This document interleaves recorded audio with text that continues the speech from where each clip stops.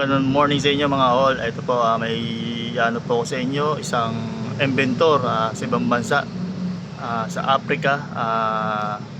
Ngayon lang nag-viral po, ngayon viral po yan mga ka-G. Kaya ngayon po, topic po natin na yung sa atin po kasi 4 years na po na gumawa siya noon bago si Kumbakcha, yung Afrikano. Ayan, gumawa ng invento na sasakyan na tumatakbo na hindi na kailangan i-charge dahil kasi gumagana sa signal ng mga internet, yan, mga satellite, yan, gumagana na yun, nagkakaroon na siya ng energy supply. Yan po mga ka-G. Bago pa man siya nakagawa, isang Pinoy na naka-invento niyan mga ka-G. Hindi lang nag-viral, hindi nagano kasi nga walang suporta. Kaya mga ka-G, tingnan nyo, suportahan nyo po ang gawang Pinoy at gawa rin ng ibang bansa. Ayan po, gawang Pinoy, nauna po yan, followers na po, ilang milyon na po view, nandyan po yan sa YouTube. Yan, mapakita po sa inyo mga ka-G, ang gawa ng Africa at gawang Pinoy. Ayan po, wala nang energy na kailangan ng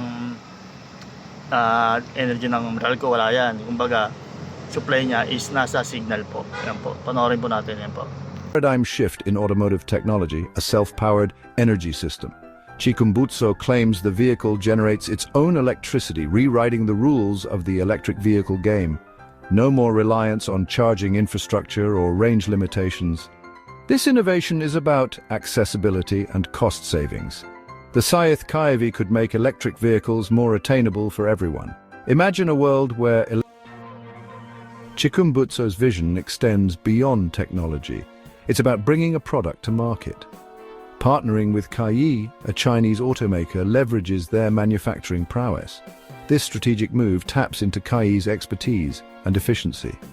Streamlining production could make the Saith Kaivi scalable.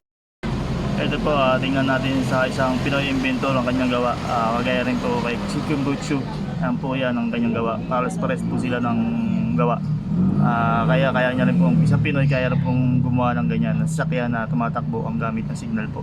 Ayan po mga ka-G, tingnan niyo po, ito pong gawang Pinoy. 4 years ago na po yan, bago pa si Chikumbutso. Ayan po, suporta po natin yung Pinoy po na yan para at least mag-viral po. Share niyo pong video na to para maraming makakita na may nauna na po talagang Pinoy na gumawa ng ganyan. Ayan po, kalat po natin mga ka-G, suporta lang po, tamat po. At tingnan niyo po. So plasma po yung pinapagana natin ngayon. Ano po ang difference ng magnetron dito sa plasma? Magandang tanong yan. Well, ang plasma, ayun yung nanggagaling sa sa atmosphere. Okay. Ito, Yung magnetron. magnetron. Merong kahalo na magnet yan. May magnet yung magnetron. Kaya medyo kusang kusang production. Kusang production na yan ng magnet. Okay, pag sinabing kusang production, Medyo kusang kusang production. Kusang production na yan ng magnet.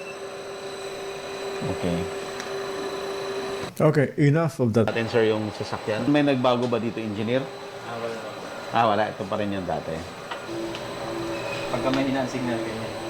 Pag mahina Pagka mahina ang signal, ganyan. signal, Pagka wala signal. paano yung mga dito mo i-adjust?